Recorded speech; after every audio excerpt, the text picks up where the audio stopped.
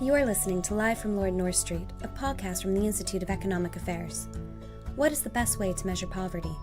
Intuitively, this question may not seem necessary. Surely we know poverty when we see it.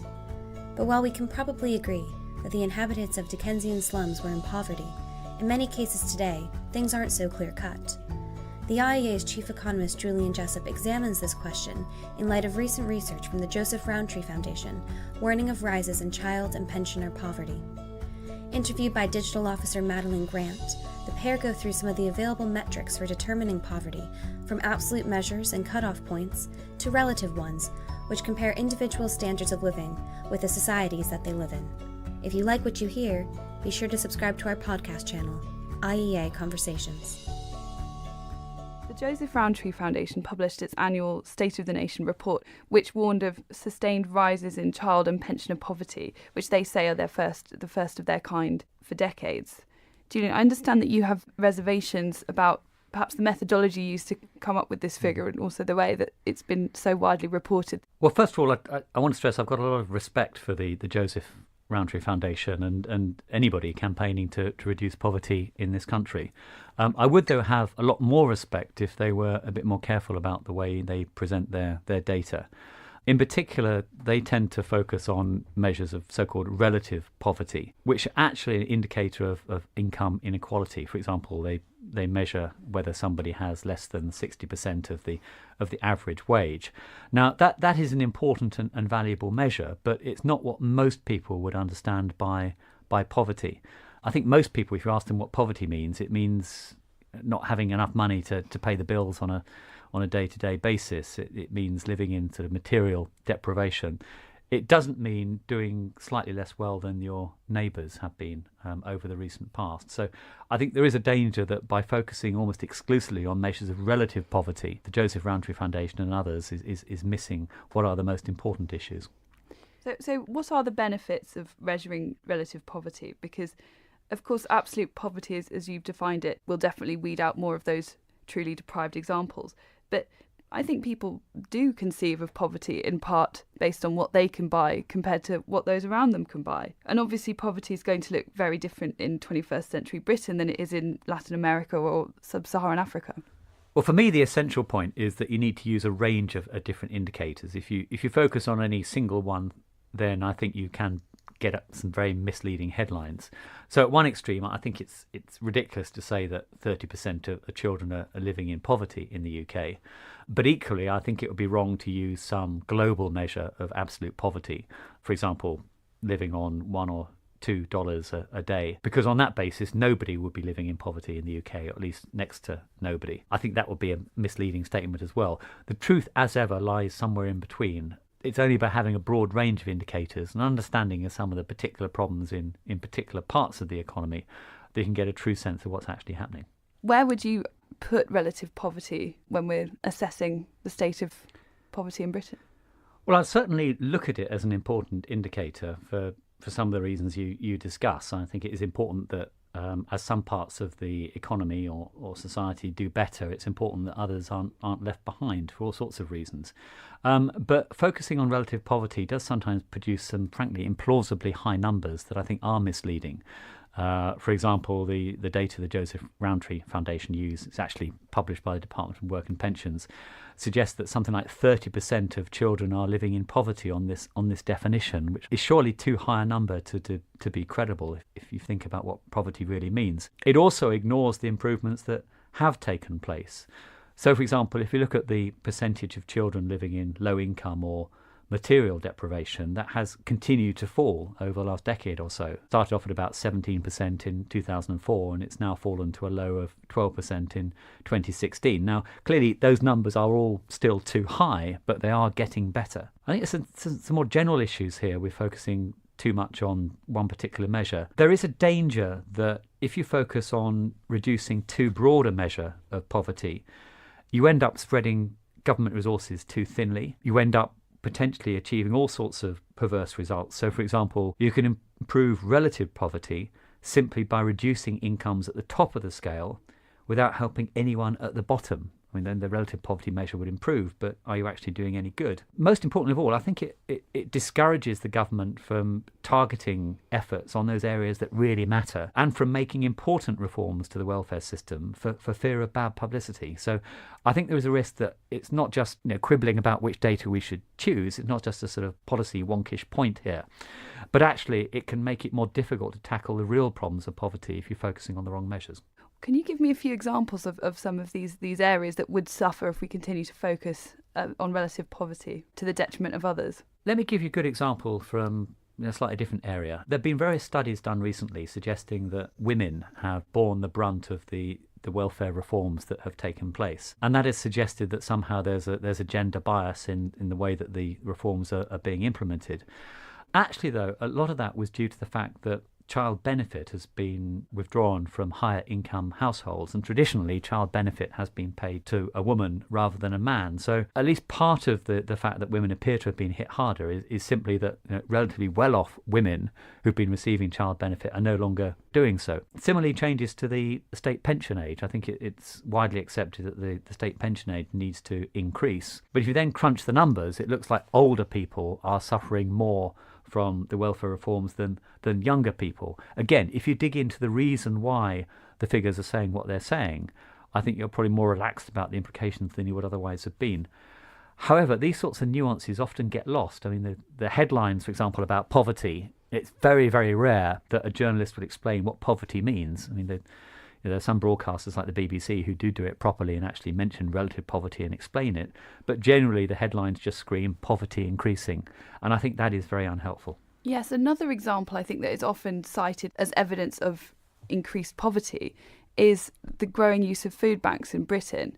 That in itself is not a good metric, since the Trussell Trust didn't expand as a franchise until quite recently, and food banks as a concept didn't really exist 10 years ago. Well, food banks, again, that's a very good example of something where you need to look beyond the headlines to the nitty-gritty of what's actually happening. And I actually have visited a food bank at the invitation of the Trussell Trust, which I think is a truly excellent charity. And I did learn a lot about the work that they do. I don't think the rise of use of food banks is evidence of an economy-wide problem of poverty. And partly, as you suggest, it's because the Trussell Trust is now operating in more areas than it has done in the past. And also, to some extent, the UK is just catching up with other countries where food banks have always been a common way to deliver aid to those people most in need.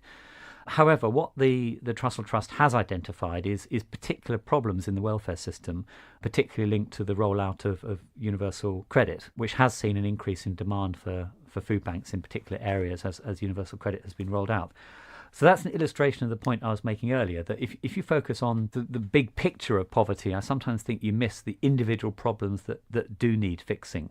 Ultimately, the government has limited resources. It needs to focus on fixing those problems rather than pretending there's a more general problem of poverty, when in fact on most measures that people would recognise as poverty, things are actually improving. More broadly, though, we've chosen to focus on poverty today specifically because of this report that's come out. But there are numerous examples of where data is misused to reframe the debate. We spend endless time at the IEA broadcasting on and writing about the gender pay gap. Do you think that these two things are linked, that there was a broader issue where people would prefer to focus on the question of inequality rather than overall prosperity? Part of the problem, I think, is that newspapers and the media in general like telling bad stories. Bad news sells much better than good news, and there are a number of popular narratives out there, for example, that poverty is increasing or inequality is increasing, or that women are paid significantly less than men for doing the same job, that are the sorts of things that sell newspapers, that excite the readership. I think it is important sometimes to look beyond those headlines to understand what is really happening. And I have a concern that in focusing on the idea that things are going bad across the board, you end up missing those particular areas where there are some real genuine problems. If we take the gender pay gap as an example, actually there's next to no evidence that men and women are paid significantly different amounts for doing the same job. After all, if they were, then that would be illegal and also economically irrational, because if companies could indeed afford to pay women significantly less than men, how is it that men manage to get employed at all? But there are undoubtedly some problems of gender discrimination in particular areas. I think there's no doubt about that. The difficulty, though, is that if you paint it as an economy-wide problem, you end up with all sorts of interventions that are actually proving to be counterproductive. So you're increasing the regulatory burden on small firms that have to do all sorts of monitoring that they wouldn't otherwise have to do. You create all sorts of perverse incentives. If companies need to prove that they're employing one group of people the same as another group of people in all circumstances, then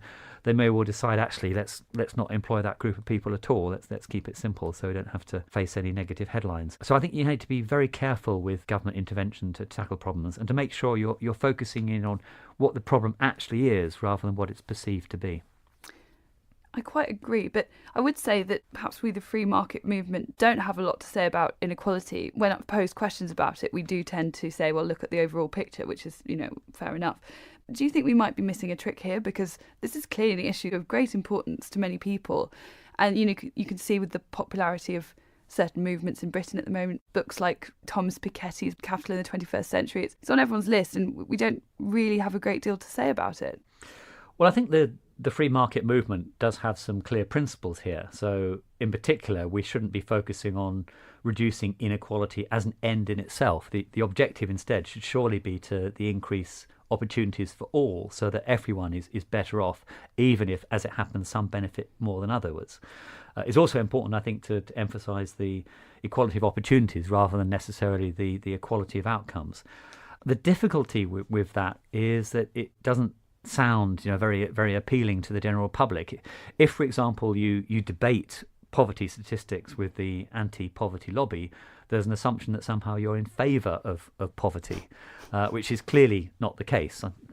Yet to meet anybody, left or right, who thinks that poverty is the pro-poverty lobby. Yes, the pro-poverty lobby, as far as I'm aware, doesn't exist. I think we all agree that we want to get poverty down. Where we disagree is partly the issue of how we measure it, but more importantly, what are the best policies to get poverty down? And there's countless evidence that free market solutions here are far more effective than more and more government intervention. You only need to look at the, say, 1 billion people who've been lifted out of poverty worldwide over the last few decades as a result of the opening up of emerging economies through globalization. There might be some legitimate questions about how the benefits of globalization have been redistributed in certain countries, but as a starting point, I think I would defend free markets as a way of reducing poverty until the end of my days. I think there's overwhelming evidence that is the way to do it. There may well be a role for government to address particular problems, and again, the universal credit rollout is an example of how you get difficulties in the implementation of welfare reforms. But overall, I think less government, more free market forces, that is the best way to allow people themselves to lift themselves out of poverty rather than relying all the time on government handouts. Julian, from what I've read on this, relative poverty is very often positively correlated with GDP growth. So, for example, it actually fell during the recession. Well, I think the thing about relative poverty, of course, is that it looks not only at how poor people are doing, but also how rich people are doing. So if you get a scenario where, as we had in the wake of the financial crisis, a lot of rich people suddenly saw big falls in their bonus payments because they're city traders or whatever it might be, then their income was actually hit harder than those of people further down the income scale. So as a bizarre result, relative poverty actually fell in some of the early stages of the financial crisis. But that's not obviously a good thing, unless you believe inequality is in itself an aim of policy. Then the fact that in a downturn, rich people sometimes do worse than poor people isn't necessarily a positive. Also, if you look at developing countries, as their growth accelerates, often the benefits are felt initially by the relatively well-off. So again, you might get a situation where an economy like China rapidly industrializes and the bulk of the benefits might go to a few billionaires. So relative poverty apparently increases.